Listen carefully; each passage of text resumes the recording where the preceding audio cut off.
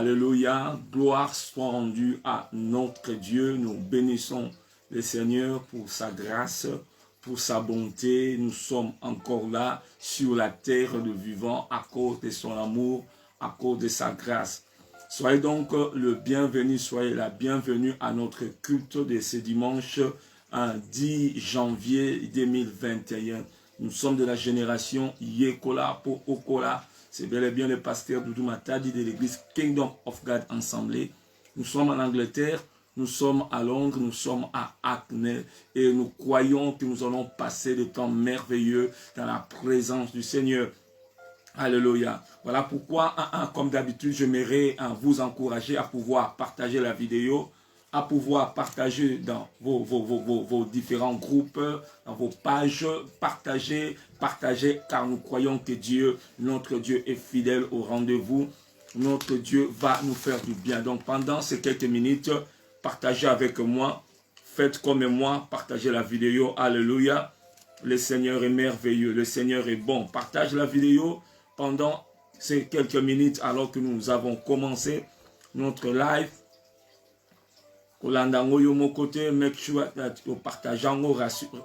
Partage la vidéo. J'aimerais que chacun d'entre nous puisse partager la vidéo afin qu'un grand nombre puisse être béni. Alléluia. Le Seigneur est présent. Le Seigneur va nous faire du bien. Nous croyons à sa grâce. Nous nous recommandons à sa grâce et nous croyons que Dieu va encore nous parler. J'aimerais recommander ce moment entre les mains du Seigneur afin que le Saint-Esprit, lui le meilleur enseignant, lui l'enseignant par excellence, qui puisse nous enseigner. Père éternel, je lève ma voix au nom de ton Fils Jésus-Christ afin de te recommander ce moment. Qui suis-je pour ouvrir ma bouche? Seigneur, mieux que moi, il y a, meilleur que moi, il y a, Seigneur. Mais toi, tu as voulu que je puisse être ton instrument cet après-midi. Voilà pourquoi je me recommande sous ta grâce. Utilise-moi pour ta gloire, pour l'édification de ton peuple. Donne-moi de parler, de transmettre le mystère de ton évangile, Seigneur mon Dieu, afin que ton peuple puisse comprendre, afin que moi et ton peuple puissions comprendre et que cela puisse apporter l'édification dans notre vie. Merci de ce que tu le fais. Laisse que ta parole soit revêtue de ta puissance et de ton autorité. Que le pensée soit ramené à l'obéissance de Christ. Seigneur, réveille quelqu'un. Seigneur, console quelqu'un. Seigneur, parle à mon frère, à ma soeur. Que sa vie ne soit plus jamais la même. Au nom de Jésus. Amen, amen. Que le nom du Seigneur soit béni. J'ose croire que vous êtes en train de partager, vous êtes en train de rappeler, vous êtes en train d'inviter un grand nombre. Partage dans tout le groupe, rassure-toi que tu as partagé, car nous croyons que le Seigneur va encore nous faire beaucoup du bien. Nous avons commencé un enseignement, le message, le jeudi passé, que nous avons intitulé « Des temps comme celui-ci ». Des temps comme celui-ci.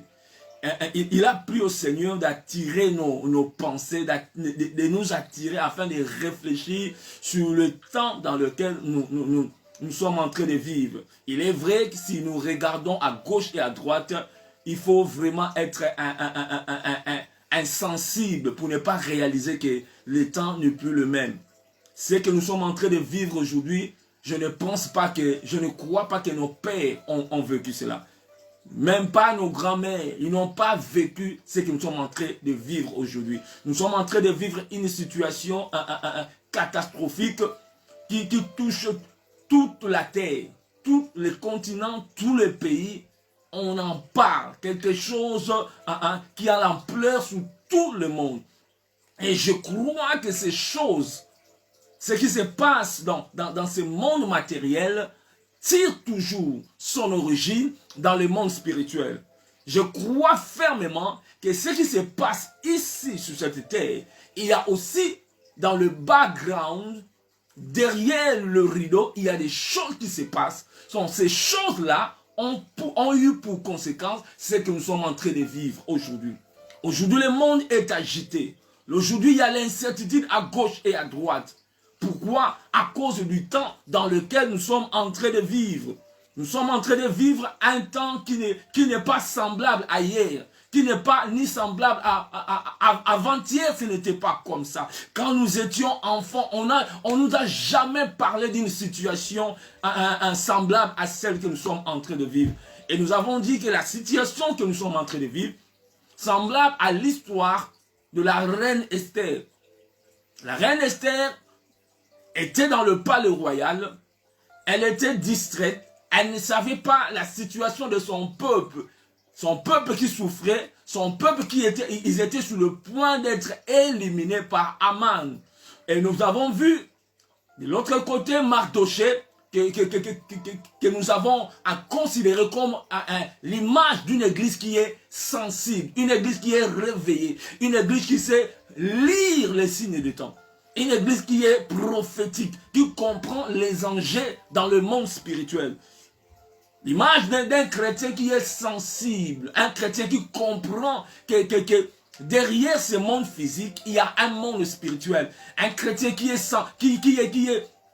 sensible, qui sait qu'il y a des projets, que l'ennemi existe et l'ennemi a un projet. Mais Esther, elle était dans la maison royale, elle ignorait ce qui se passait parmi son peuple.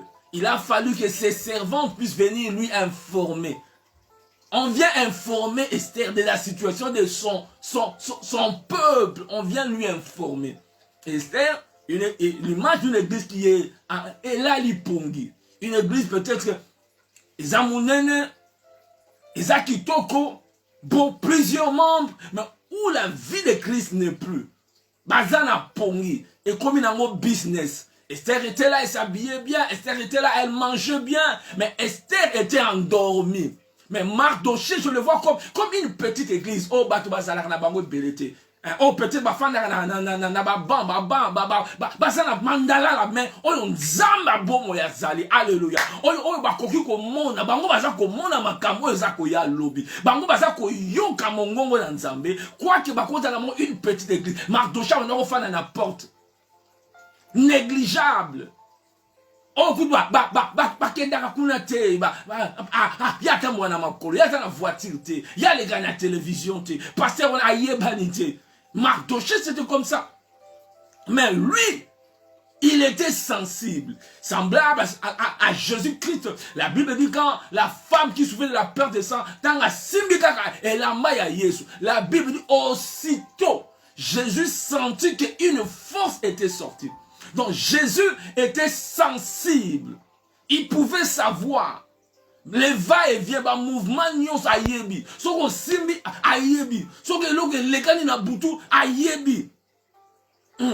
Aïe de moi n'angai azana problème. A yebi non pas comme cette femme prostituée na l'isolo ya Salomon. Ba yebi et moi na butu ba changer moi a yebite. Une église pongi. A yebite makameza ko lekani. Ba yeba pesi maladi na butu, maladi wana eba pesa ki yango na butu. Mais ya yeba ki na yete. Parce que ça là qui distrait. Ba feti du okene. Azangi sakate, ye wana ba photo ba ye wana ye bisengo na bisengo. Ce n'est pas pour dire que c'est mauvais d'aller dans des fêtes. C'est que je veux dire que nous devons veiller. Quand on ne veille pas, l'ennemi profite. Il vient semer la mauvaise sémence. Il vient même à saluer échange. À l'ongolio. Ba mususu. Ba longola. Ba année na bango ya ko vivre. Il fallait vivre 80 ans. Ba yi 30 ans. 50 ans à Kéi. Parce que ba yi yango. Mais Mardochée était sensible. Yende moutake ko teya. Ako teya Esther. Esther. Kaka kombo a pamba. Esther kaka église na moquette, Esther kaka comme ça va voyage gauche à droite. Mais azo yoka tazo yeba te makambo eza kolekana. Azo yeba te ba salarié déjà projet que va éliminer les botane mobimba. Mais il a fallu qu'il y ait un Mardochée oyaye ko la Moussa Esther. Et parmi maloba oh Mardochée lobela ki Esther, yango to zwa kango comme thème la biso. Qui sait si c'est pour des temps comme celui-ci que tu es parvenu à la royauté? Qui sait? Donc le problème était le discernement des temps. Il fallait discerner le temps. Mardochée a eu à discerner le temps. Il a compris, ah, je vois maintenant. Ah, je vois maintenant pourquoi toutes ces souffrances. Ah, attendez, la cola qui moussika ma parent langai. Maintenant, je vois pourquoi Dieu a permis ça. Dieu a changé le malheur en bonheur. Je vois pourquoi Dieu a permis que Toya Esther, parce que Dieu voulait placer une personne. Maintenant, a commencé la lecture à ma lame. Lecture, Joseph a salaki. Devant ma frère, non, ce n'est pas vous. Et ça parce que les voies de Dieu sont insondables.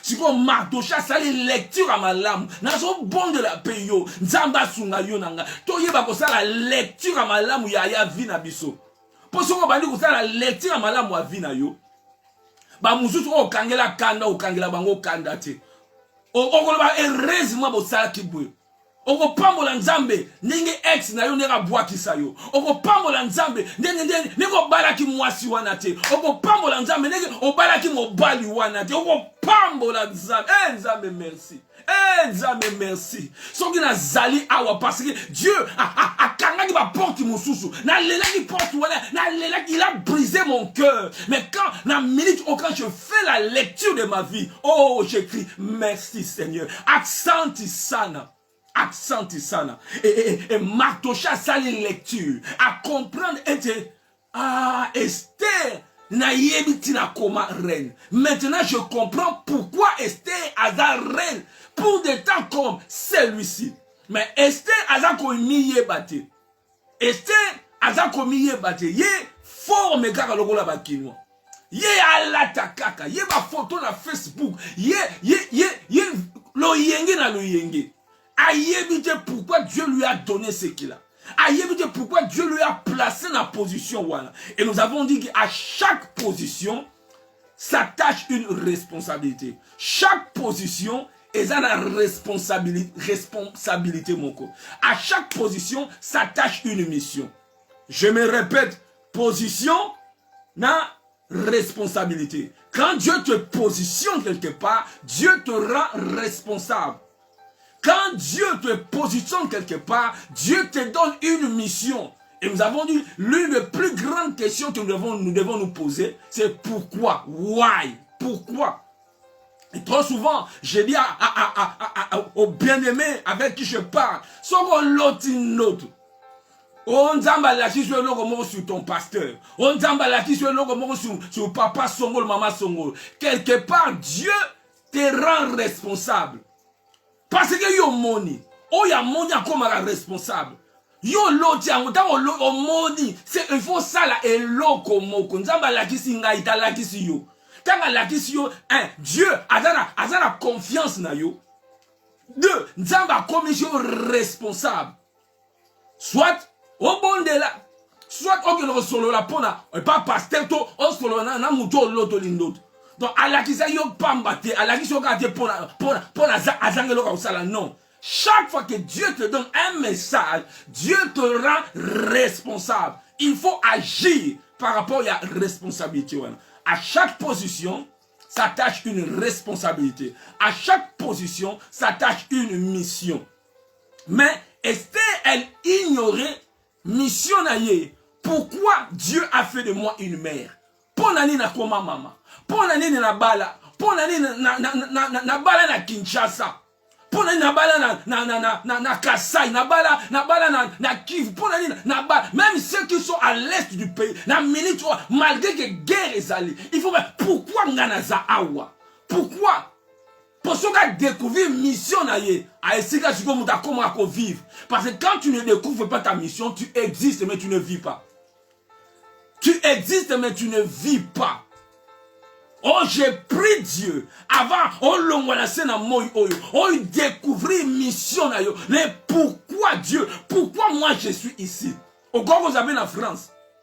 Eh ben, musuzu en France, simbate aya awa. Nzamba, asala tu bimakuna po ya azana but moko. Et aussi le temps que tu ne découvres pas, c'est le but. Vina yo zana esengote. ozalaka lokola kaye ozokende kaka boye olongela musala oyo okenda musala kuna olongwe ozala fulfillment te osentir vidi moko kaka osentir vidi moko maintenant bondela nzambe angengisa yo oyeba kozala dans l'élan de Dieu dans l'élan de Dieu bisika nzambe alingi yo ozala nzambe asali ete Esther oyo babokola epa Mardoché.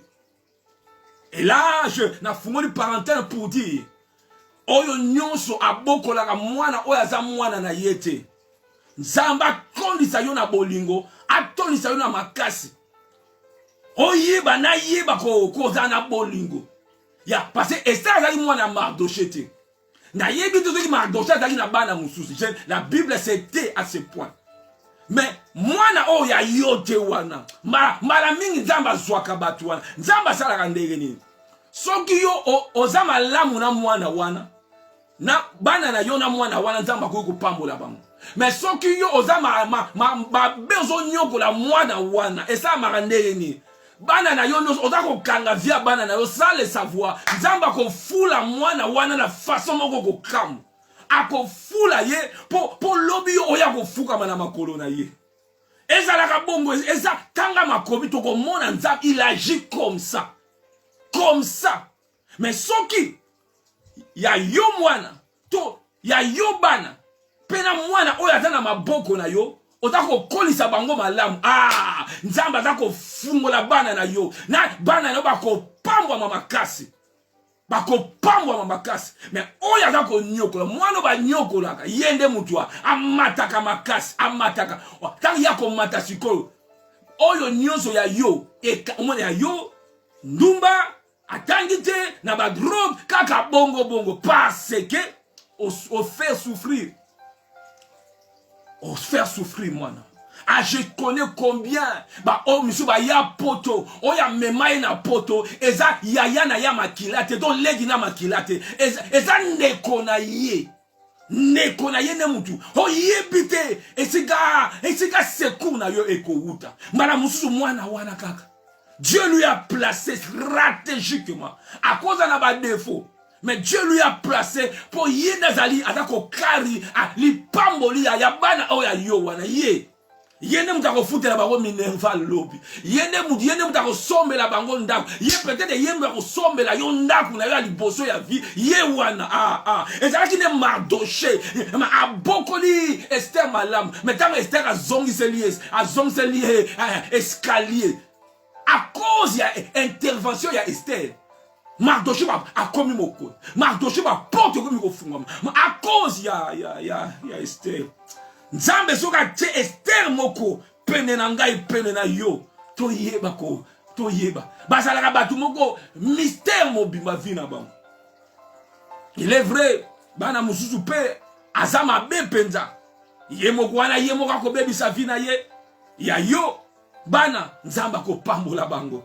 Alléluia. Yango wana Esther suko Mardoché ayeba ki via Esther mobimba ayeba ki bana ya boye oyo oba kola ki na mi pepe anenge na nego koko ningisa vina bango bana basuka toujours likolo oyo akoli mama te papa te akoli mais atanga kanga mina nzambe na bomo bana bo nzamba fula ka bango na façon moko bana bo yango le batu OK ko semer na via batu abongo wana eza une terre fertile une terre yango ko pambola ba orphelin ba veuve Batouana eza ba terre fertile. Hey, eza ba terre fertile. Eko botambuma. Wow. Mardoché. Ayeko lamousa Esther. Qui c'est si pour des temps pareils que Dieu t'a placé dans la royauté wana. Esther, tu dois savoir faire une bonne lecture. Et nous avons lu dans Luc, on connaît ça zolobela. O batuna question. Asala miracle. Yesu MC Bango.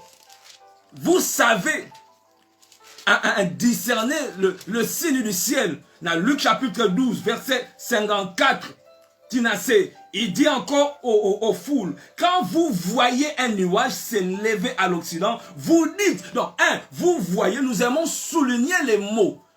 Vous voyez avec les yeux.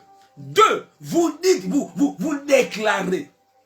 3, cela arrive ainsi. Donc, bon, tant que bon moni, nuage, oh bon moni, bon ça les lectures, ya ma pata. Pe bolobi ete moule ko beta. Pe moule ils ont beta car le légende bodali ko la lecture wana.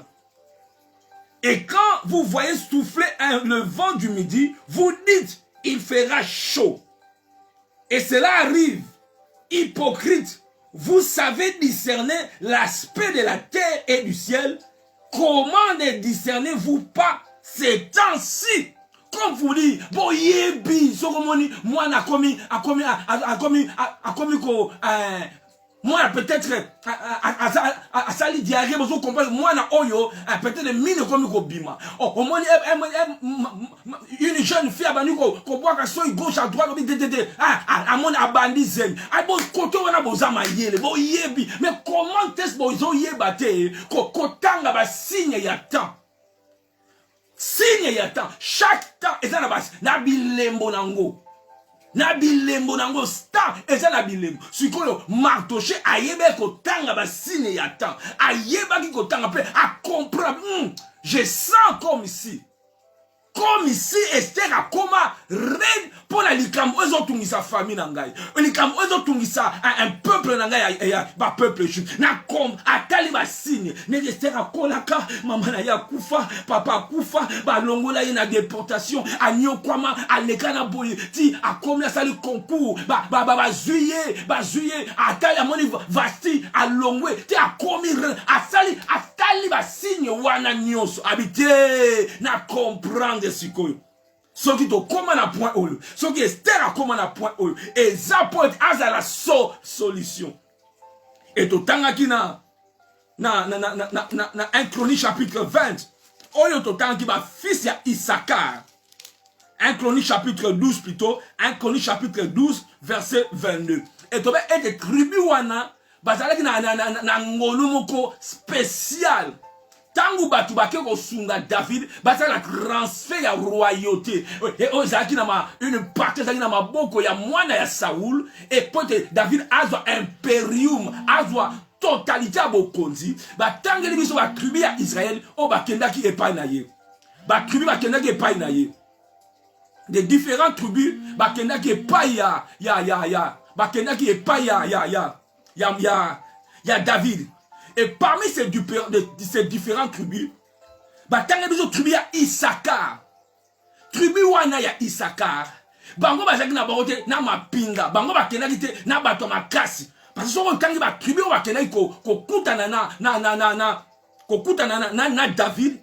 Oyoka ba musuba ki bati des milliers. Et il y avait des hommes de guerre. Mais tant que comme la tribu ya Issachar, le fils de Issachar qui savait discerner le temps pour comprendre ce qui devait faire Israël. Il savait discerner les temps pour la koyeba. Oh, Israël a senga les kosal. Donc, tribu wana Issachar, bango ne va dire ko kamba Israël mobimba. My God. Parce que yeba ki ko sosola les signes du temps. So ki ba kali pour situation boy ba kali likaba na moni nzamba ko bimela koto na moni loko moko kusala ma mikolo na moni 1 2 3 na moni eloko nzamba ko tombo la moto moko atali ka via muto abiti mwana ko ke musika Issachar c'était ainsi. Bangone babe ko kamba Israël mobimba bazali na makasi ya nzoto te mais bazali ki na discernement et nous avons dit que cette année où toute notre vie qui reste nzamba lingi point wana ya discernement to bonne de la ponango parce que le temps dans lequel nous sommes en train de vivre et jaba temps oyo nous devons marcher na discernement wana comme jamais nous devons marcher na discernement batuana fils Issachar. Ah, son dans la camarade, il y a fils Issachar, c'est là. Il y a ce qu'il faut faire. Parce qu'il y a des choses qu'il faut faire et il y a des choses qu'il ne faut pas faire. Parce que quand tu sais lire les signes du temps, quand tu sais discerner le temps, c'est alors que tu sauras. À cause il y a tant autosa, Et l'autre bonako salango, et l'autre bonako salango te. Yango na Romain chapitre 13. Paul a zolo benabiso boy. Nzambe na bomo, atsala biso ngol. Tikate nzamba pesa yonanga ma yele akososola li loba na ye. Romain chapitre 13 verset 11. Romain chapitre 13 verset 11. Seigneur, fais-nous grâce. Romains 13 verset 11. Paul dit ceci. Cela importe, cela a plus d'importance. Cela importe d'autant plus que vous savez en quel état nous sommes. Vous savez en quel état nous sommes. Ah bah nous expliquer bango. C'est l'heure de vous réveiller enfin du sommeil. Et ça l'air à la pondité. Tant c'est l'air que vous devez vous réveiller du sommeil. Car maintenant, le salut est plus près de nous que lorsque nous avons cru. Wana kutuna kan wana 2000 ans, à peu près 2000 ans passés, Paul a dit le salut était plus proche. À combien plus forte raison quand il parle du salut, il parle du retour du Christ. Il parle et ça, ils a peine. Bien aimé. Aujourd'hui, le salut est plus proche que Nathan et Paul. D'autant plus il est important, cela importe, d'autant plus que vous savez, est-ce que yo yebita otozali? Ce qui Paul a dit, c'est que Christ est romain. Comme pour dire, il est important de savoir les temps dans lesquels nous sommes en train de vivre. Oya yebita ako vivre la te. A yebita oyo tozali. Donc, et ça est important qu'on yebita oyo tozali. Na verset 12, la nuit est avancée, les jours approchent. À cause de temps otozali, dépouillons-nous donc des œuvres des ténèbres et revêtons-nous des armes de lumière. Marchons honnêtement comme en plein jour, loin des orgies, des ivrogneries, de la luxure et des débauches, des querelles, des jalousies. Yakoba ba ennemi ba limbisakate marchons aussi kapota oyo tozali. Vous êtes témoin bino nanga toza témoin. Facebook et comment nango lemba kolobangote. J'ai la douleur d'annoncer. J'ai hymne national comment j'ai la douleur d'annoncer la mort de. J'ai la douleur d'annoncer la mort de. Donc quand tozali, il y a la mort qui circule. Mon papa koufa wan les a ko circuler. Yango pour la koloba habite cela importe d'autant plus que vous savez, comme vous savez les temps où vous allez, bon ça la blague était, tout ça la blague était, albi, tout longola. Dépouillons-nous des œuvres de ténèbres, revêtons les armes des lumières. Yango salaka soki to komi na hiver, ton longo di bilamba ya été, ton lati bilamba ya hiver, ton lati manteau. Nzambe pa lobi à cause ya ta otozali, et na bilamba mo to sengeli ko lat. A bengango les armes de lumière. Bilamba ya mpole. Yango to sengeli ko lat. Pa lobi ete to tambola mosika na makambo ya molili wana. Yaba jalousie, yako luka gloire personnelle, yako bondisana, yako inana, yena ba lobana kate, yena ebwena bo, yena ye. Ako oya sosolita, ako vivre via bongote. Oya sosolita otozali. Ba incompréhension zangati na nakata bandako. Incompréhension et zangati ne zanga mutuna makolo. A cause ya tant otozali non. Makamuzu na osala, pardon. Ta ezama be. Ta ezama mama be. Ta ezama be na kobi mate na t-shirt libanda. Quand balobi weather report lobi météo lobi que exam -3, exam -5 na kobi makara beauté ta ezama be. Et les gens de ce monde baza conscients. Balobi lockdown pourquoi à cause de ta ezama be. Donc changer le système na bango et ça a des bouleversements. Les choses ne marchent plus comme il y avait avant. Donc baza surtout bazo England les ko tambola tene bana ko tambo ba changer et tamboleli car ceux qui suko biso bana na nzambe to ta ko société que ta échangé vina yo a prier ezaka nere salaki tantôt plutôt soit éteint soit hors de territoire sur Nibalobagana soit éteint soit hors de territoire sur le périmètre sur Nibaloba.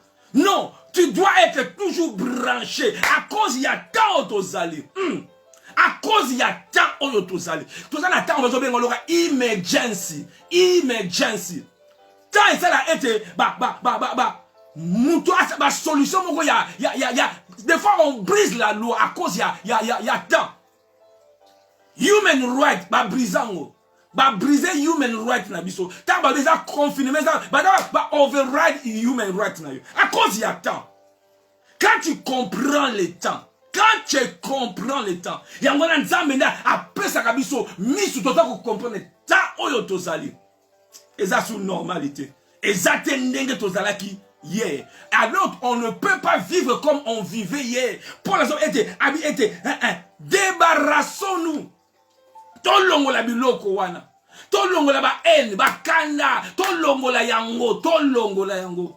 Ba mususu ba ke akei akufi akei na ennemi na motema na ye na ba sola kate na ye na ya linga pena ko limbisa yete nga peda yo penda yo zanani soki Yesu alimbisa kibiso yo na nga toza ba nani nga peda timo ko la ko kufa timo ko kufa Nzamba sala biso ngolu asalela yo nangangolu aibisi Esther qui sait si c'est pour des temps pareils que Nzamba lingi ete to bongisa biso na biso to bongisa na ba famille na biso qui sait Nzamba confiner biso pour to bongisa to zonga libota to zonga qui sait quand on comprend on fait la lecture du temps on pose des actes.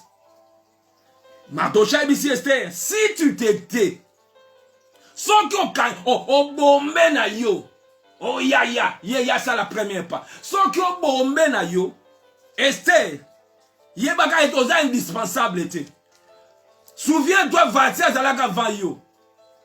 Soki o bombe na yo. Aibisi Esther. Si tu t'étais, les secours et la délivrance sigeront d'autres repas pour les Juifs. Et toi et la maison de ton père, vous périrez. Si tu t'étais comme pour dire, ne t'étais pas, agis, pose des actes. C'est le moment. C'est le moment. Et ça, tangu yango yo. Tangu yango nzambe, a pesi biso. O agir. A komiso bisika wana, po na batan oyo. A commission na mbisika wana po yo ozala eyano yo na nzela na yo nde batu ba bikisama na nzela na yo nde libota na yo e bikisama mais tu dois ouvrir ta bouche. Alléluia. Donc Esther va traverser tant ya crise parce que thème la biso le la révélation du Christ dans le temps de crise. Révélation ya Christ na temps ya crise. Awa Esther banoko traverser ta ya crise lo lenge nenge mokili to na kamoko ya crise mais na yekolo bana yo na ta ya crise ezatamo ko malamu po Nzambe amimoni samaka na ta ya boye na bangonga le temps comme celui-ci ezata o Nzamba lagisaka bon Nzambe na ye oh alagisaka ke yenda simbi mokili alagisaka yenda zana ngwende ta ya boye quelque part oui et batu baza kolela mais na kaya bonne Nzamba talisaka yende et sika ataka bokabwani bokeseni entre ba oyo ya ye na ba oyo ya yete ta yango nde batu fale ba mona yo ozalaka ya Nzambe ta yango nde bateki ba mona penza maman tata vraiment on a cru que yo kokufa penza on a cru penza ba symptômes on a cru que silipo na yo ta yango yo nde Nzambo yo bondelaka Nzambo ngana sambelaka si l'Éternel est Dieu qui ayanola na moto ta yango ta eza lobite lelo ne ta yango Nzambe atalisa biso bon Nzambe na ye batande ta boy. Non pas quand tout va bien. Oui, quand tout va bien, c'est bien. Mais ça n'a pas tamo koboyo. Oyo, nguya ya Nzambe. Yango Yesu tangu Lazare akufaki. Tanga zobela ati atika ne deju wana lutante a prolonger na ye convention na ye a prolonger Lazare akufa kate akufi abi maintenant toke de la musayi siko tana ngande yango tangu situation comme ka pire dans le temps de crise. Tant oyebiti na salanine, kolo na kobanda wapi, kolo na komi na suka, kolo, na suki na ngai, ayaka siko na tana, ayaka nde na tana, des temps comme celui-ci, bangonga lokola ya boy. Oya boy, oba buakisi ye. Mobile atiki atiki na bana kei. Azofuta sunda kute. Asundoli he. Malili. Iver soko beta na gata ndaku bana malili. Mobile asundoli ye. Ta yango molike. Menopause zo pusa na pembe. Nzambe. Balobe tel mikola kotang. Ta yango yango yo. Le Dieu qui agit na X-1. Nzambe nanga. Oyo bazwi ba kundi déjà Lazare. Ayaga na tangu wana. Hey. Ayabi cette maladie c'est pour la gloire. Soki abiki seki Lazare na maladie. Ayangazwa nkemo metala tala. Comparer guérison na résurrection. Guérison na résurrection. So kote na balance. So kote les autres pesent nege mokote. Tangu ya yaka. Likambwana nane komeli te atika unam. Komeli na nute. Nzambe. Komeli na nute. Tangu komeli pentalobi aye. Mutubo lukaka yeyo. Tangu aye balobi il fallait zala awa. Si tu étais là, Lazare anga kufate. Maintenant, tangu désespoir et continue à monter. Tangu balobi la Congo penze sili. Congo to teka na biso ango. On a y espéré hier, mais le lo penobite Congo to tika. Congo muta lokango se akufa. Yesu kwa yaka. Poso ka sali na ta oyo. Azwan kembo nyoso. Hebitete o zanzam. Oyo penza eza nzambe. Baminga ngatu balobi esili. Baminga ngatu basimi moto. Mais ndenga obikeli nzambe. Nzambe. Alinga ngabataya boepo. Atalisa nguya na ye. Mais nzambe asala kaka boyete. Il faut qu'on benga ye. Il faut qu'on invite ye. Les temps de crise sont les temps d'invitation à prière. Bataya boye nde, bataya boye. Na memeli nzabe marché malam, marché nkolo, na yana marché, talisa nkembo na yo. Tala mama wana, mwana ya, azobela maladie mentale. Tala mama wana, bache mwana na section, bache ye na, enchaîné ye, interné ye, bataya boye, longoli matrice, balobi, akobota les sous-soutés. Les dieux des situations impossibles. Nzamba ba situation impossible. Minga balembi. Tango ke babia, oyeli susu balembi. Ba meki kisibol, ba meki antibiotique ol, ba changer ol, ba ozu ya France, ozu ya Suisse, oke même na Congo, et loko mogote. Tayango soko otalelié. La Bible dit dans Psaume 46, oh nzambe na bikamu, les dieux qui se révèlent dans bataya boy. Psaume 46, yoka makamu makomi lobby, bataya boy. Na batan lokola ya boy. Psaume 46. Au chef des chantres, des fils de Corée, sur à la motte, cantique. Dieu est pour nous, non pas pour tout le monde, non pas pour vous. Soit regardez pour la binoté. Dieu est pour nous. Il est pour nous. Il est pour nous un refuge et un appui. My God. Un refuge. 2. Un appui. 3. Un secours qui ne manque jamais au temps de la détresse. Hey. Donc, nakaya détresse, my God. Et dans la lisungi moko ezanga kate, ratakate. Un secours qui ne manque jamais. Alaye koloba na yo, lisungi na nzambe manka kate. Le problème est que des fois on ne le fait pas appel parce que nzambe ayaka soki obengiye. La Bible dit, je lève mes yeux vers les montagnes, d'où me viendra les secours. Les secours me viennent de l'Éternel. Aza lisungi o ezanga kate. Lisungi abate ko zanga. Ozana matanga ya contribuer na yete. A failli. Ozana oye aye na yete, aye gotala yote. A prometa ki yo me a kokite. A rakokite. Mais nzambe na Biblia, balobi il est les secours qui ne manquent jamais. Jamais. Il y a le bi. So ba futi nga na rotine la yo. Prometa ba te be na Kinshasa. E comme atanga ngo pe ba futi yo.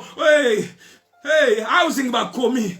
Eh, malamoko, oh, brila qui fait kuna, babatine de contravention. Aprobia, moyo tina sur ezati. Mais nzambe nangai, les secours, qui ne manque jamais au temps de la dette. Na bondeli nzambe la bikamo. Secours wana, et localisé yo. Secours wana, et localisé yo. Attends dans l'hôpital, attends quand il a coma, attends, aux ana ba sonde. Tika de secours wana, et localisé maman na yo, et localisé papa na yo, et localisé bandeko na yo, et localiser les secours qui ne manquent jamais au temps de la détresse. C'est-à-dire, le temps de la détresse, c'est le temps où les secours viennent. Le temps de la détresse, exactement propice pour l'ensemble. Exactement propice pour l'ensemble. Il faut qu'on belle la yé na temps où on a la détresse. Il faut qu'on belle la yé. Lisungi o ezanga gate. Na tango na pasi. Lisungi o ezanga te. Na tango na pasi. Lisungi o ezanga te. Na tango na pasi. Nzambe na bomoyo. Ami monisam. Ami monisam. Lisungi o ezanga te. Ha! Ezanga kate. Ya bato eko zanga. Ya mobali na yo eko zanga.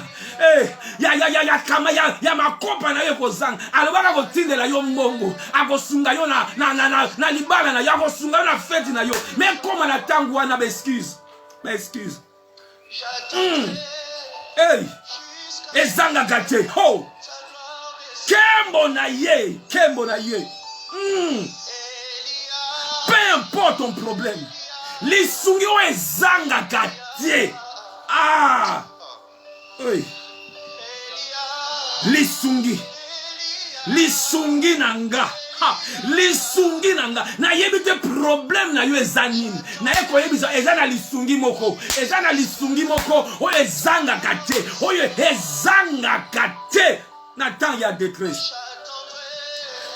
Psalmiste a conservé. C'est pourquoi nous sommes sans crainte. Pourquoi nous sommes sans crainte? Il y a confusion au bangate. Nous sommes sans crainte parce qu'il est le secours qui ne manque jamais. Ah, déjà, à notre temps, oh my God. C'est pourquoi, ah mon Dieu, c'est pourquoi. Pourquoi il y a besoin qu'on l'y pourquoi il y a besoin qu'on bloque? C'est pourquoi nous sommes sans crainte. Quand la terre est bouleversée, quand vous boulouillez que côté, quand les montagnes chancellent au cœur de mer, quand les flots de la mer mugissent, écument, se soulèvent jusqu'à faire trembler les montagnes. Ah, il est le secours. Oh, namona ye. Ah, nzambe na banza. Nkolo. Ezana lisungi moko pona yo. Ezana lisungi moko pona yo. Oleli. Okoma même na soni. Ezana lisungi moko. Ezana lisungi moko. Ha. Ah. Nenga Amazon e yaga na ba courrier. Ya yope ko ya. Ya yope eko ya eko ya. Je lève mes yeux vers les montagnes. D'où me viendra le secours? Ezana batu bazako yoka ngana ngonga oyo. Kati na bango mo ezako gaga eko uta wapi lisungie ko uta wapi. Abi mon secours me vient de l'Éternel qui a fait les cieux et la terre. Aïe aïe aïe. Oya kosunga ngaza no côté. Oya kosunga ngaza oya salali ni kolona les cieux et la terre. C'est lui mon secours. C'est lui mon secours. Ezanga gate lisungi. Tangu ta détresse lisungi na e yaka koloba présent. Et yaka koloba na zawana. Abi je ne te délaisserai point, je ne t'abandonnerai point. Na za lisungi. Quand il y a crise, et ça il y a révélation. Quand il y a crise, et ça il y a manifestation. Bah on va salir lecture en madame. Bah et ça il y a manifestation. On dit bah quand on dit qu'on est cana. Et ça là bah muso donc comme milliardaire na ba ta oyo. Bah muso va coller là. Bah muso donc comme milliardaire. Oya, et ça là pour ça la lecture il y a temps. On y dit ce qu'il faut faire. Les fils d'Issachar, ils avaient l'intelligence de discerner le temps et deux. Ben qu'on discerner temps pour comprendre ce qui devait faire Israël. Quand tu discernes le temps, au Yébi. Alors que je revenais du travail, l'Esprit de Dieu me parle dans mon cœur. disant que Nathan, il y a des gens qui sont en train de mourir, oui. De l'autre côté, je ne sais pas si quelqu'un me comprend. Côté Mouzou, na Facebook, kenga na kufi, kenga na kufi, tozo yoka camarade na kufi, mais nzamba yebi singai. De l'autre côté, et ça, ko botama, et ça, ko botama, ba maman ko botama, et ça, yo, talaka, lectile nous en autant. Lectile nous en autant. Oui, la mort, il y a la mort, oui. Mais toi, c'est focalisé dans la mort. Le ngola misu na yo doudou, talasiko, bon, est-ce que tu peux voir ma main? Au milieu, ma caméra, est-ce que tu peux voir ma main? Et quand tu réalises que ma main est là, commence à parler, prophétise et parle positif. Koloba loba bilo kwa lesute. Koloba loba bilo kwa lesute. Yo loba positif. Plus bonjour loba. Yangone ma be o bata usala biso na ba même information. Bata ko nourrir ba penser na biso na bilo ko négatif. Bata ko nourrir biso na bilo ko négatif. Mais j'ai décidé de ne plus me laisser influencer par ces choses. Je vais parler ce que moi je crois. Oui, il y a des bébés dans la maternité. Il y a des bébés qui sont bon tama. Quand la cimetière, mais ça peut la maternité. Et si quand tu vis dans la maternité, et si quand tu cries à Essengo, hey, crie à Essengo. Crie à Essengo. Des temps de crise. Christ qui se révèle. Na bataille à boyer. Na bataya bonde nzamba mimoli samaka. Na bataya bonde nkembo na ye. Ba o basali lecture malamu. Na ye nzamba sunga yo nanga. Et to ba nako sala siko lecture malamu. Yango Bible lobi na biso. Sachez que dans les derniers temps, il y aura des temps difficiles. Sachez que dans les derniers jours, il y aura des temps difficiles. La même Bible dit, dans les derniers jours, je répandrai de mon esprit. Mon Dieu, mon roi. Nakatia, il y a dernier temps. Et dans ma kamoumi balé, il y a les œuvres du diable. Il y a aussi l'action du Saint-Esprit. Yosiko, on s'est focalisé dans Wapi. Ngana lobi na motala, le Saint-Esprit. Parole, et ça, utiliser parce que le Saint-Esprit a disponible. Oui, des temps difficiles. Mais il a dit dans ce même temps, bah, on va ressentir la lecture à ma lamou. Je répandrai de mon esprit. Vos fils et vos filles prophétiseront. Vos jeunes gens auront des visions. Dans ce même temps.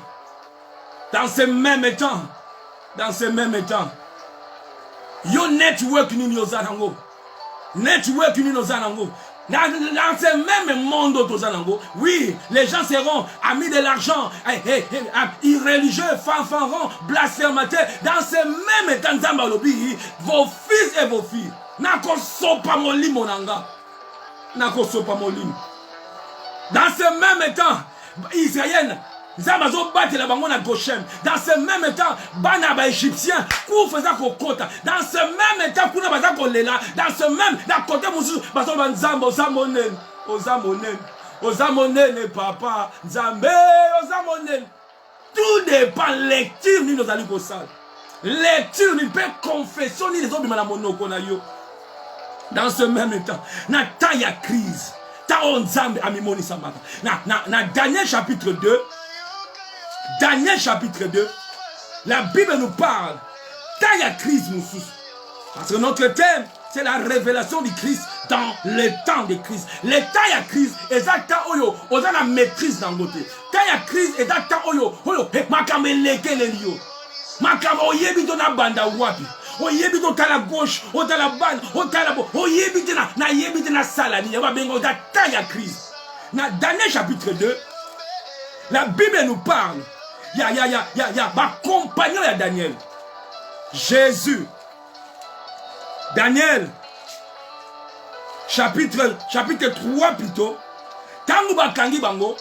Ba memi bango devant fournaise. Ba boaka bango na libulu ya moto. Ba lobi ete jouana. Ba chauffer fournaise. 7 fois plus que ne ba chauffer gango. Donc les temps étaient difficiles. Vie comme il boy. On t'allait à porte béba. Porte les azos de n'exalarater.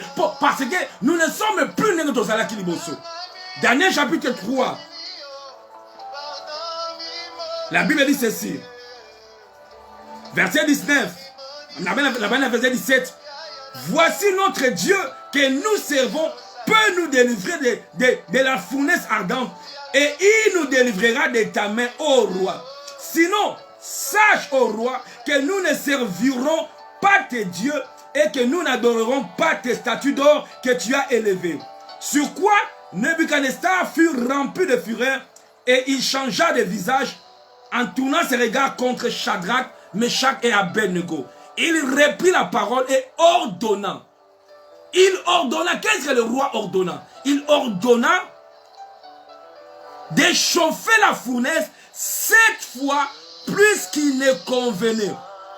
Alléluia. D'échauffer la fournaise 7 fois. 7 fois. Il y a des fournaises à mon kili. Et comme il chauffait, viens comme il va chauffer. Mais ça les commis sous-souté. Mais ça les sili. Oh, kuna moussala. Oh, non, viens ça sous-souté. Va chauffer 7 fois. 7 fois. Puis, il commanda quelques-uns de plus vigoureux soldats de son armée de lier Shadrach, Meshach et Abednego et de les jeter dans la fournaise ardente. Ces hommes furent liés, vêtus de leurs caleçons, de leurs tuniques et de leurs manteaux et de leurs autres vêtements et jetés au milieu de la fournaise ardente. Comme l'ordre du roi était sévère et que la fournaise était extraordinairement chauffée. C'est quand les gens soutenaient les alagues extraordinaire. Bah chauffant d'une manière extraordinaire. La flamme tua les hommes qui avaient jeté Shadrach, Meshach, Abednego. Yora makambo. Batwa bakero boaka bango. Flamme tombé bango. Oh. Mais Shadrach, my God. Babwaki bango. Babwaki toka tontang. Babwaki bango. Ces 3 hommes, Shadrach, Meshach, Abednego, tombèrent liés au milieu de la fournaise ardente. Alors le roi Nebuchadnezzar fut effrayé et se leva précipitamment. Il prit la parole et dit à ses conseillers, n'avons-nous pas jeté au milieu du feu 3 hommes liés? Il répondit, certainement au roi. Il répondit, eh bien, je vois 4 hommes sans lien qui marchent au milieu du feu et qui n'ont point de mal. Alors que bah, flamme pas me tumbi bango. Bango ya nzamba, nzambe. Na kata moto wana, Christ se révèle. Dans des situations de crise, Christ se révèle. Je prie que Christ se révèle dans la situation là yo. Ami moni za na situation là yo. Na mona yo. Yahweh mi moni ça. Mi moni ça. Dieu pouvait empêcher ba kota na moto. Parce que nzamba da multi-système. Après qu'on empêche bango ba kota na moto. Mais nzamba a sepeli a kumisa kombo na ye a permettre que bango ba kota na kati na moto. Alors na kati ya moto ne na ko se révéler. Na kati ya situation wana nde okomona nga. Libanda ya fournaise te libanda te. Au niveau ye bangai na kati ya moto. Na ba ta lokola ya boye. Na ba situation lokola ya boye. Ah. Na ba famille lokola famille obotama. Yango wana na ami monisa. Lolengo zali. Na libanda te. Na kata moto wana. Moto amine. Ba mona ke na kata moto. Ba mona ke na kati ya moto. Tango batako chola yo, akatiki ba chola yo, ba ina yo, ba bwakisa yo, atiki soni wanai. Hey. Akako sala de maladi wana ezwa yo te. Mais azan zambe même ata malade des yeux na kati likambu wana zamba ami moni zama na kati ya moto ba mona ke na moto na kati ya moto parce que bikamo nzambe alinga sala ezaka pona yote ezabe pona roi mona monene batu ba mona loboko na nzambe ba minganga wana ba mona ete nzambe na yo. Nzambe na yo azana bomo osambelaka nzamba solo mobali na yo akobonga motei ete amona bokasi ya nzambe na yo. Oh, akopermettre likamba apermettre pe bakunda Lazare apermettre ozolela nzambe po ani no permettre likambo po ani penza ngabu na selaka yo ndeni na beli covid ndenge azan nzambe souverain. Il pouvait empêcher ma côte na moto. Il pouvait empêcher avant que malamoko moto maman et bomami azan zambi moto et bomami moto esili akozwa nkembe pour le coup mais alobi moto ekopela nango po boy bakeza moto a solo ebomi ba o bakele ko bwaka ya ebomi ba o bakele ko bwaka bango ebomi bango po eza moto a solo ekoboma bato mosusu mais yo ekosala yo eloko te yo ekosala yo eloko te oh ekosala nge eloko te ekosala mpe eloko te naza ya nzambe naza ya nzambe.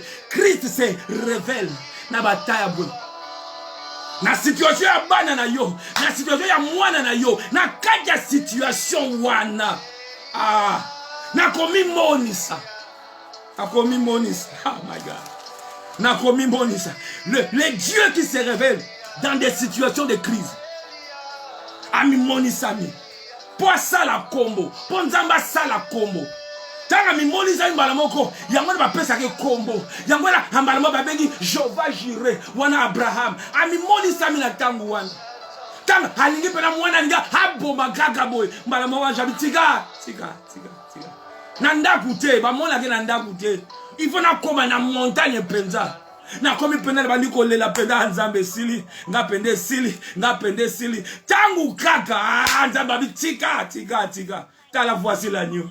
Car voici l'agneau. Dieu s'est pourvu lui-même. Nzambe Nzamba après le maître des temps et des circonstances. Il change les temps et les circonstances. Aza maître.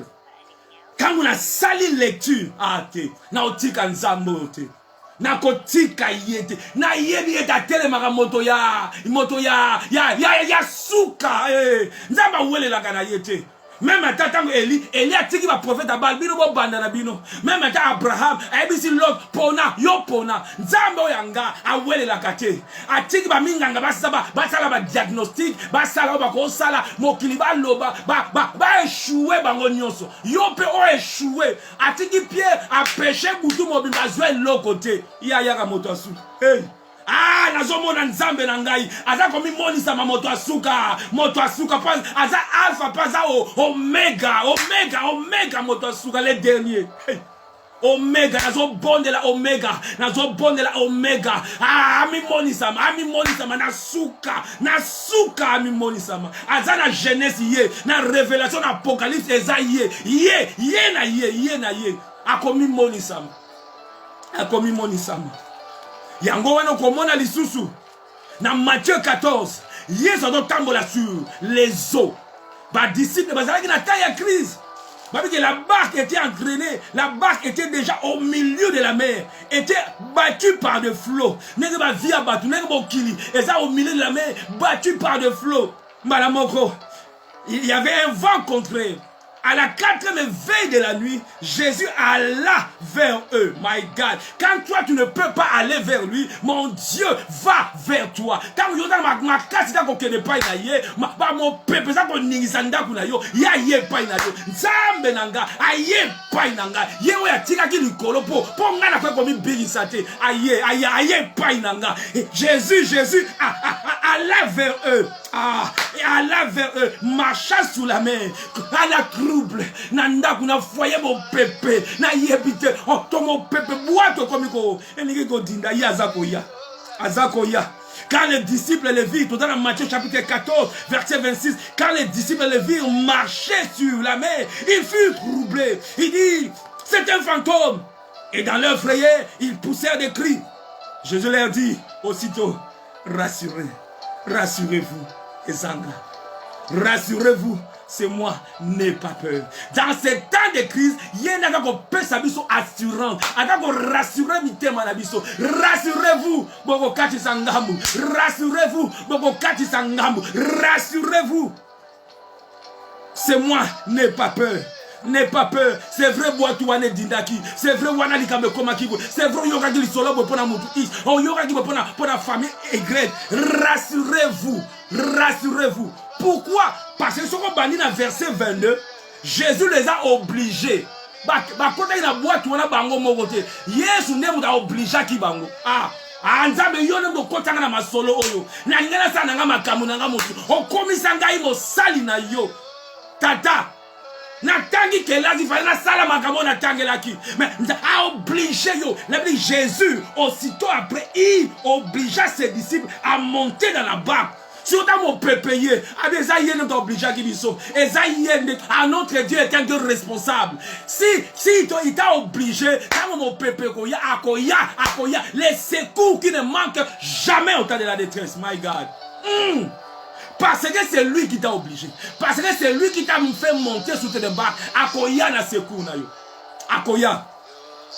Parce qu'on poussait, bah crie, c'est un fantôme, c'est un fantôme. C'est alors que Pierre avait marché sur les eaux. Mais yoga likambo. Tangu. Dans verset 31, aussitôt Jésus étendit la main sur Pierre. Ce que tangi bien comment était, le vent avait cessé. Jésus n'a rien dit à ce vent.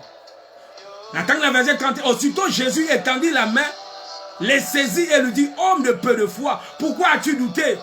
Et il montait, il en a au pluriel, c'est-à-dire, Jésus n'a pétolo. Il montait dans la barque et le vent cessa. Oh my God. Je m'attendais à ce que Jésus soit là-bas. Mais tais-toi, vent tais-toi, je m'attendais à ça. Mais laisse-moi te dire, la présence, car la présence de la barque, et suffit, sa présence suffit. Si tu as mon pépé, et si la carte n'est pas bandagi. Ah, nege bandagi pe nege kende. Malade wana kende peka nege yaki. Jésus a l'oba qui était au feu, a l'oba qui est l'autre côté. Il est vrai dans le contexte, nous sommes dans histoire, oya histoire mususu wana ya oyo Yesu alala ki na boîte wana a telemelaki. Yango prière. On ne frappe pas comme un bataille. On prie par rapport à la révélation. Et ça te tango nous autour moto je lis tiens et ça la bongo te. Et ça la bongo te tout le temps. On prie avec révélation. Sinon, tu es comme on n'y a chewing-gum, on bengana démon sur Gianni, on n'y a salabo, on bengana démon sur Gianni, on n'y a salabo. Non, ce n'est pas toujours ainsi. Ce n'est pas toujours ainsi. Jésus, quand on m'a dit qu'on a boîte, et sili.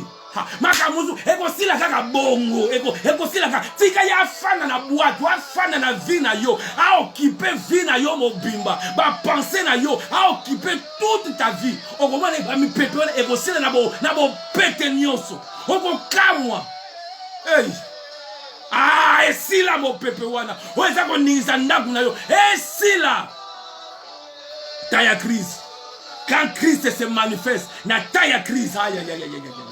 Christ se manifeste na taya Christ. Il est le maître des temps et des circonstances. Bami pepe nyonso.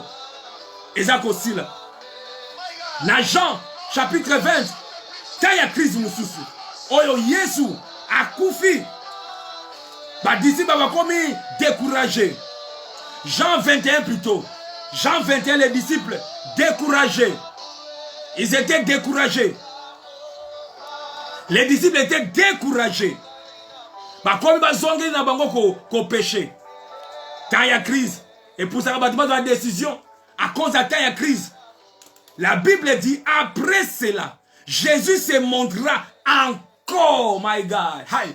Quand il y a crise, et quand Jésus se montre, Jésus se révèle. J'ai pris que Jésus-Christ se montre encore. Une fois de plus, tata, je veux encore. Hey. Situation, et Seigneur, homi monisa, li susu, homi monisa mali, li susu. Après cela, Jésus se montre. Tout dans Jean chapitre 21. Après cela, after that, Jésus se montrera encore aux disciples sur le bord de la mer Tibériade. Et voici de quelle manière il se montrera. Après, bêti li solo, n'engani ba disciple basala qui na découragement, bazonga qui ne péché. Quand on péché, il vient se montrer à eux. Na so bon de l'ensemble na bikam. Na oya découragé à cause de la situation. Nzambe ami monza que Christ se révèle. Na taya Christ oyozali. Taya Christ oyozali. Christ mobala tikio. Mobala atikio. Eza taya crise. Taya crise. Vous avez passé temps. Difficulté financière. Ozo passer temps, ma beauté za koyate. Ozo passer temps, na makamwa ndenge na ndenge. Moi naza malade da temps ya crise.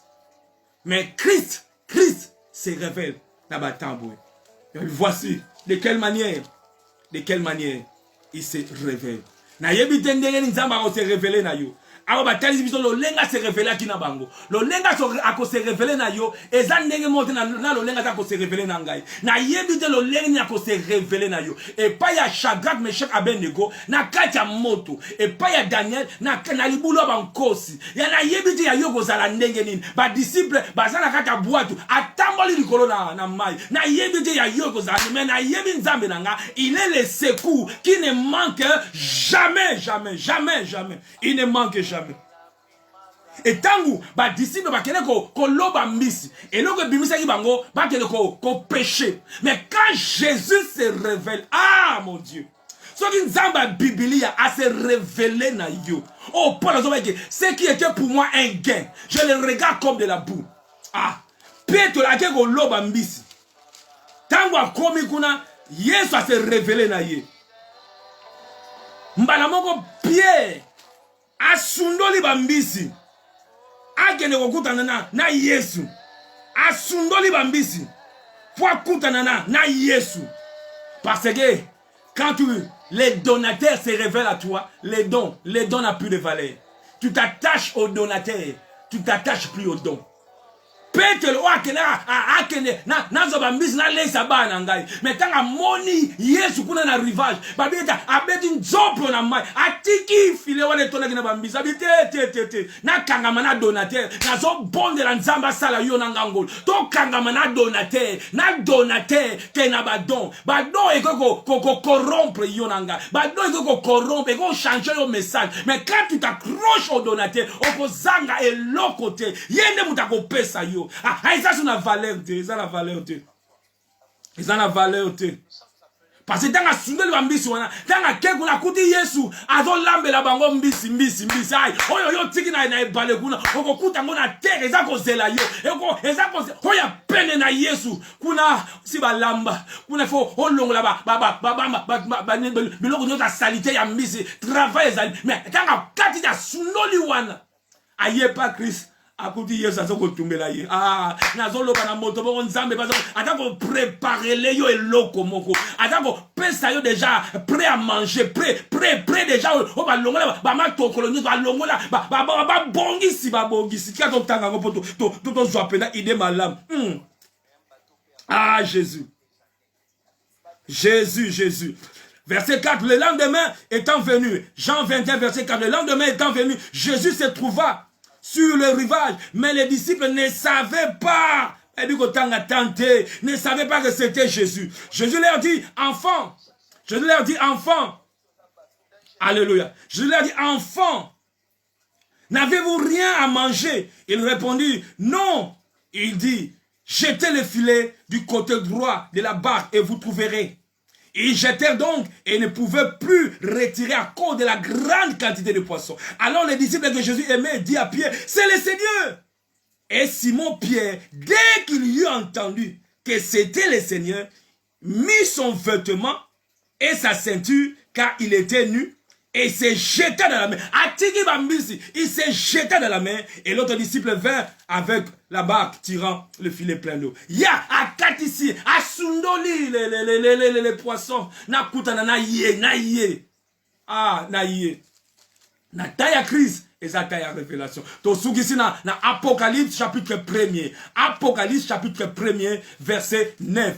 Taya crise. Ezata ya révélation. Ta onzambe ami moni samakana nguya na ye. Na Apocalypse chapitre 1er, Jean, l'apôtre Jean, trop souvent, ton asala ke rewana ya langue, des fois il s'agit d'apôtre Jean, mais Jean-Baptiste, donc ezara moi et rare moko que j'ai eu moi-même à découvrir. Vitesse à koloba des fois on confond, mais na Apocalypse, oya comment Apocalypse, Jean, l'apôtre Jean, oh bana ocha moto na ye na poitrine ya nkolo Yesu ye muta koma évangile à Jean ye muta koma épître 1 Jean 2 Jean 3 Jean ye muta koma Apocalypse Jean-Baptiste a koma eloko mokoti na Paul chapitre 1er La Bible dit ceci, dans verset 9, là, Jean l'apôtre dit, moi Jean, votre frère, qui est part avec vous à la tribulation, au royaume et à la persévérance en Jésus-Christ, j'étais dans l'île appelée Patmos à cause de la parole de Dieu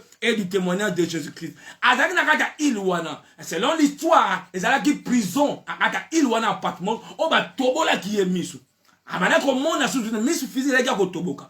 Avec na temps il y a crise, donc passer temps il y a tribulation. Et pendant ce temps il y a tribulation, pendant ce temps il y a crise, et ça on Dieu soit pona qui pour se révéler parce que Christ se révèle dans des temps de crise. Pendant ce temps, la Bible dit verset 10, je fus alors que j'étais dans l'île à Patmos, je fus saisi par l'esprit au jour du Seigneur.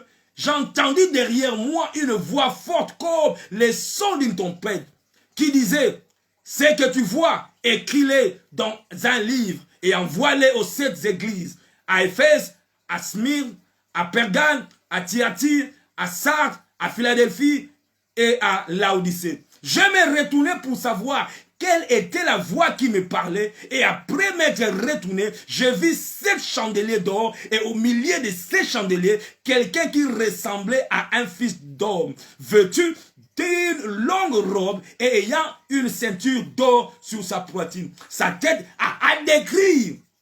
Verset 17, quand je le vis, j'ai tombé à ses pieds comme mort. Il posa sur moi sa main droite en disant, ne crains point. Ah, Nataya Christ, il vient nous rassurer pour nous dire, ne crains point.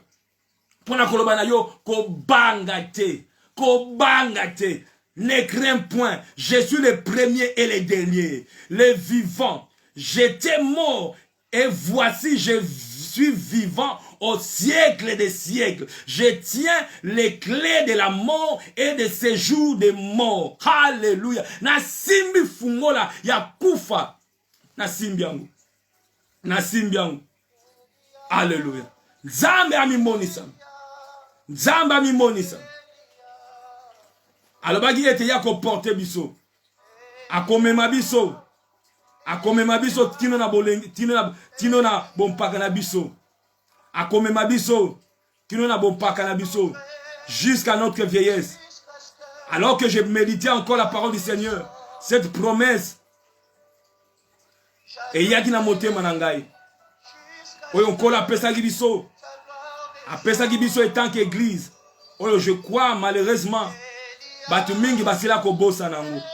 Mais nzamba ye amatisi na motema na ngai, yebisa peuple na ngai, ba se rappeler avant ba covid ya na pesa ki bino liloba ezalaka te fo pasteur al tout kapo yona ngato c'est ainsi dit l'Éternel. Na psaume na Ésaïe chapitre 42. Ésaïe chapitre 42, nous allons lire 46 plutôt. Ésaïe 46, ces paroles. Et nous allons clôturer après lecture ya maloba oyo. Seigneur Dieu. Abi ete ya komema biso. Akomema biso. Ésaïe 46. Na bana verset 3 tina verset 4. Yamba yango lokola parole ya lisakoli. Yamba yango lokola parole ya lisakoli. La Bible dit ceci. Écoutez-moi. Écoutez-moi, maison de Jacob, et vous tous, reste de la maison d'Israël. Vous que j'ai pris en ma charge. Dès votre origine, que j'ai porté dès votre naissance. Jusqu'à votre vieillesse, je serai le même.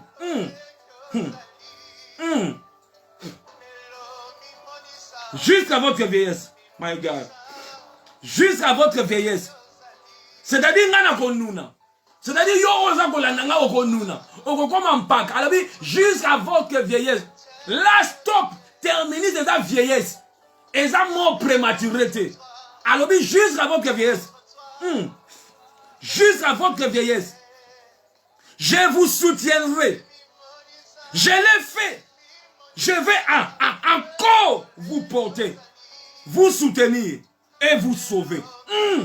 Oui, maloba betango yoki yango. Baloba Covid, baloba sokini. Ngana dako tatola. Rappelango luzobi. Peuple nangaba yeba malobo la lobaki. Na lobaki yango na. Je vous ai pris en charge. Oyeza no côté. Oya prometa ki osoko zo examen d'état na komemo na poto. Ozo examen d'état na komemo na poto. Et comme appelle un pillage, passer pillage na Kinshasa, moya a comme sa promesse d'état sous-souté. Mais oza maloba, mo oya kela likolo penase. Alobi boy. Écoutez-moi, maison de Jacob. Vous tous restez de la maison d'Israël. Vous que j'ai pris à ma charge dès votre origine, que j'ai porté dès votre naissance jusqu'à votre vieillesse, je serai le même, le porteur, prise en charge. Jusqu'à votre vieillesse, je vous soutiendrai. Et je l'ai fait et je vais encore vous porter, vous soutenir et vous sauver. Nzamboy. Alobi nanga boy. Azwanga en charge. Avant Moutaya porte batunanga, attends la prise en charge. Il faut peut-être peut-être 24 000, 25 000 avant de payer sa visa prise en charge. Mais en charge, c'est le Dieu à qui appartient l'or et l'argent. L'or et l'argent appartient à mon Dieu. Il y a des prendre en charge.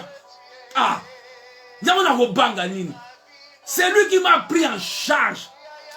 A sponsor dans Esaïe, l'auteur et le producteur dans Esaïe, il m'a pris en charge.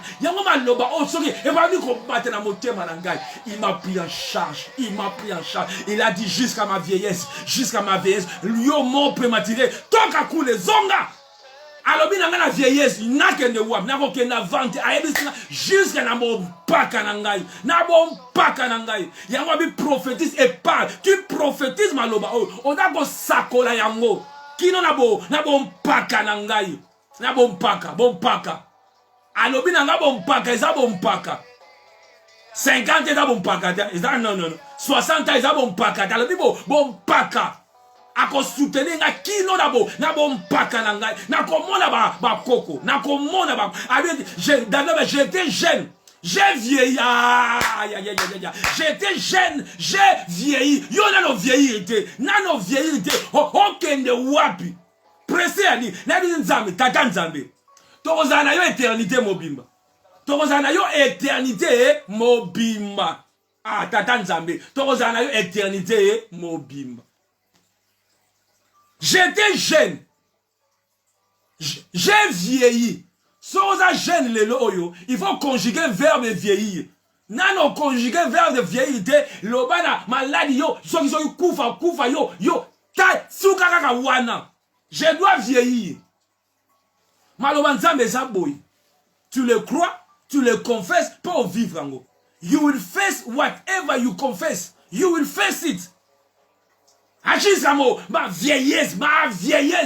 Ne confesse pas ta maladie. Confesse la parole de Dieu. Alors bien, vous regardez le nuage et vous dites, il va pleuvoir. Et salami bongo. Vous regardez. Vous discernez et vous dites, pe salami bongo. Tika be salama pe bongo pona yo. Zali ko tatola, zali ko loba, zali ko sakola. Et salama bongo. Vous savez discerner l'aspect du ciel. Comment vous ne savez pas discerner les signes des temps? Matéa peut signe pona yo.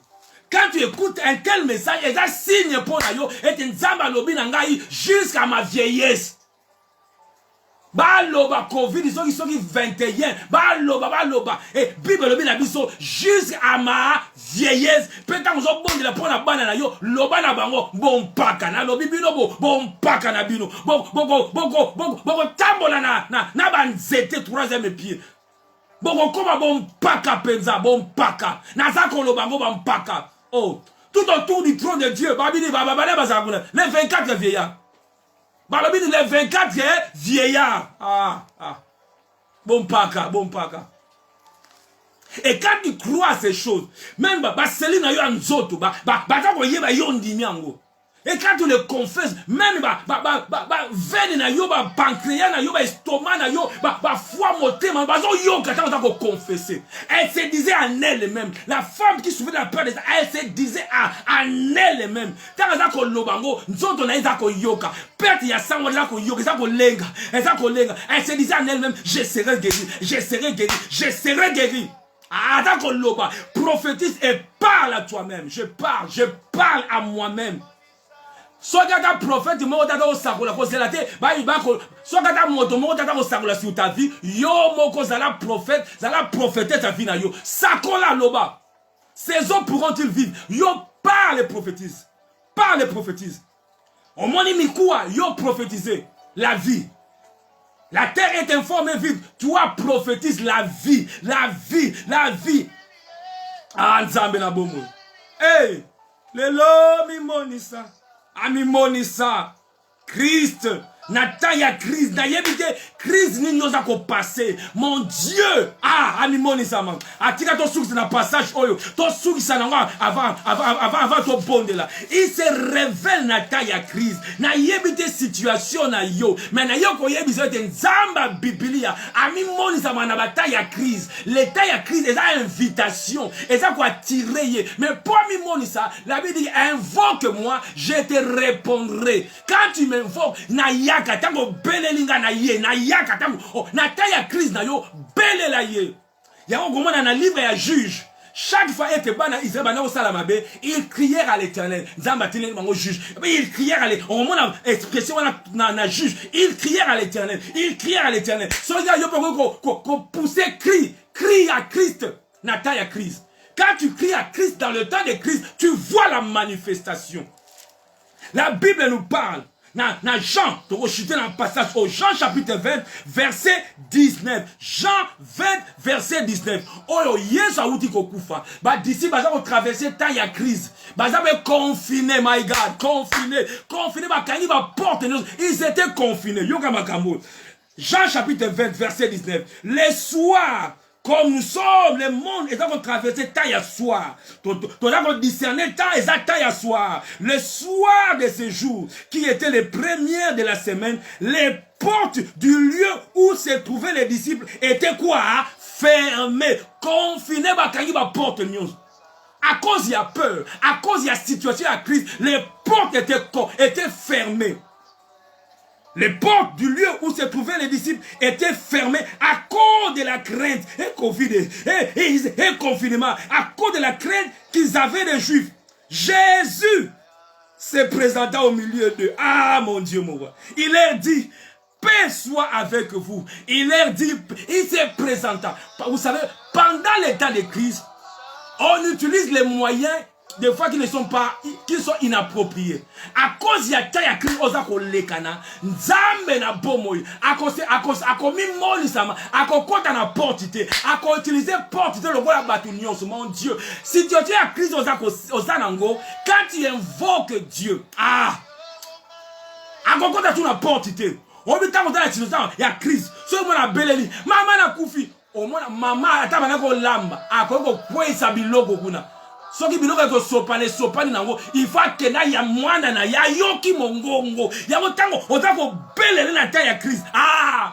Apporte zalata au milieu akobima au milieu na yo au milieu na kata moto wana akota na portité yango tambole Nicolas Mai ayaki te na boîte comme aye pas na boîte non ayaki na boîte te atamboli. Il utilise même les moyens non conventionnels.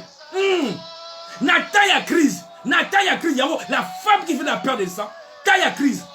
Non, maman, elle ne devait pas se retrouver dans la foule. Mais taille crise, ça, brisé.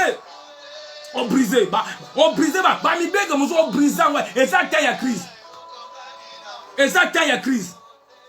Taille crise. Bah, ça, la makam, l'olenga normalité. Yes. Bah, ça, me la rappelle l'olenga normalité. Pour ça, taille crise.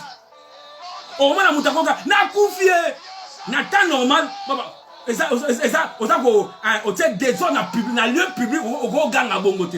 Mais Nathan y a crise, même dans la boutou, moi ça la klaxon exacte. Mais sans que tu as crise, tu as les droits.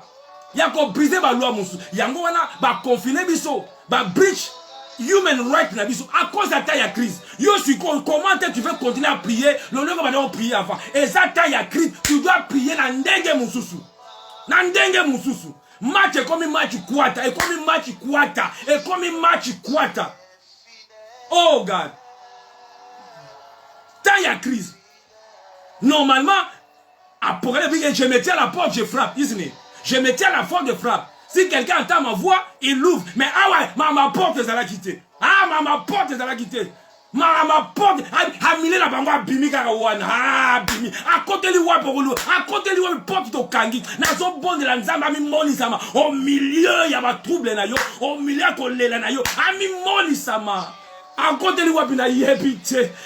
Na za espoir te na kangi ba porte nyonso ba opportunité na mikanga maki déjà na bienga ici nanga na zo zela kaka na kufa mais nzambe atala azo bela covid azala kaka ndapa amikanga mi nzambe akomi moni sama akomi moni sama na kati ndaku.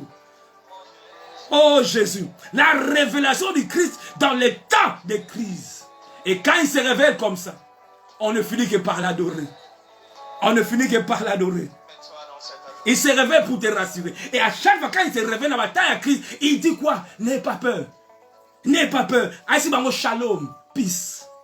Le monde est agité, mais moi je vous donne la paix que le monde ne peut donner. Je vous donne la paix. Yamba kimia wana siko. Yamba kimia wana. Atanda kuna ezali agité, incompréhension. Ami moni za manakati andako. Ami moni za manakati andako. Ba disciple ba kangi ba porte tout. Bakangi ba porte. Bakangi ba porte. Mais na taille crise.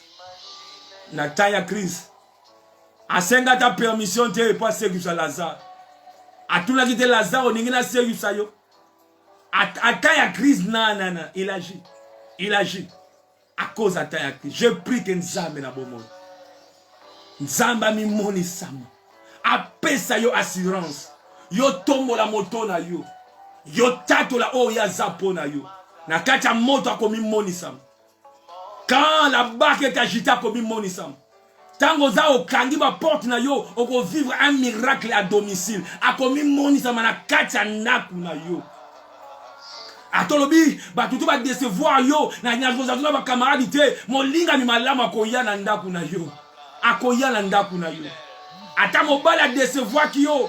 Ozana ba déception gauche à droite, ya komi moni sama. Nzamba sala yo bolam. Akumama. Il est fidèle. Bandako pambola ye, il est fidèle. Il est fidèle. Akotika yote. Les secours qui ne manquent jamais, jamais. Loba lisungi ko zanga te. Na ko zanga lisungi te. Lisungi o ezanga gate. Erataka te. Oh, non sa chaleli yako. Ako yogi sa masoni te. Alléluia. Oh, gloire à Jésus. Ami moni sam. Ami moni sam. Lobana ye tata mi moni sam. Lobana nzamba mi moni sam. Lobana mokonza mi moni sam. Kola mi moni sam. Ami moni sam na bomo ina yo. Alléluia. Ami moni sam. Ami moni sam. Ami moni sam. Tombola mongongo na yo. Lobana zako zelo mi moni sam. Ay. Ami moni sam. Na yo kayo na sango. Na lingi na mona yo. Na mona yo. Na taya crise o na zanango. Na taya crise o na zanango. Oh. Que la gloire se manifeste, Seigneur Dieu. Jésus. Jésus. Azawana. Il se manifeste na batan lokola ya boye. Na batan lokola ya boye. Na batan lokola ya boye. Oh, yebite nino sala. Oh, yebito tala wapi. Même na kati ya ndako. Ayewana. Hey. Jésus alla vers eux. Et ils ne pouvaient pas aller vers Jésus. Lui, il va vers toi. Il y a un zaza pour que de paille na yo. Oh, kembo na ye kita. Lobela ye, lobela ye, lobela ye, lobela ye, lobela ye, belela ye, belela ye, belela ye, zanzambo amimoni samaka. Na bataille à crise, na bataille à crise, na bataille à crise. Yé les secours qui ne manquent jamais, jamais, jamais, jamais, jamais les justes n'a abandonné. Jamais les justes étaient jeunes et j'ai vieilli et je n'ai jamais, jamais vu le juste être abandonné, ni sa postérité, mendiant le Père. Oh Yahweh, Enza. Ta gloire, nakomona, nakomona, Jesus, nakomona, nakotatola yango, nzambe nankim, nkolo, yaou, hello, amimonisa, amimonisa, montre-toi encore, nzambe, pesanga lisolo ya sika, pesanga li témoignage ya sika mimonisa mimonisa hayawe oh Yahweh Nzambe nanga amimonisa alongola soni nanga amimonisa montre-toi yebisa ye montre-toi Seigneur. Oh, yeah. Mimonisa. Amimonisa. Nalikamwa na mimonisa. Lolenga zali nzamba bikamwa. Amimonisa mana nguya na ye. Amimonisa mana na kibonzambe na ye. Nkolo. Zambe na banzambe. Atana libulu ya moto amimonisa.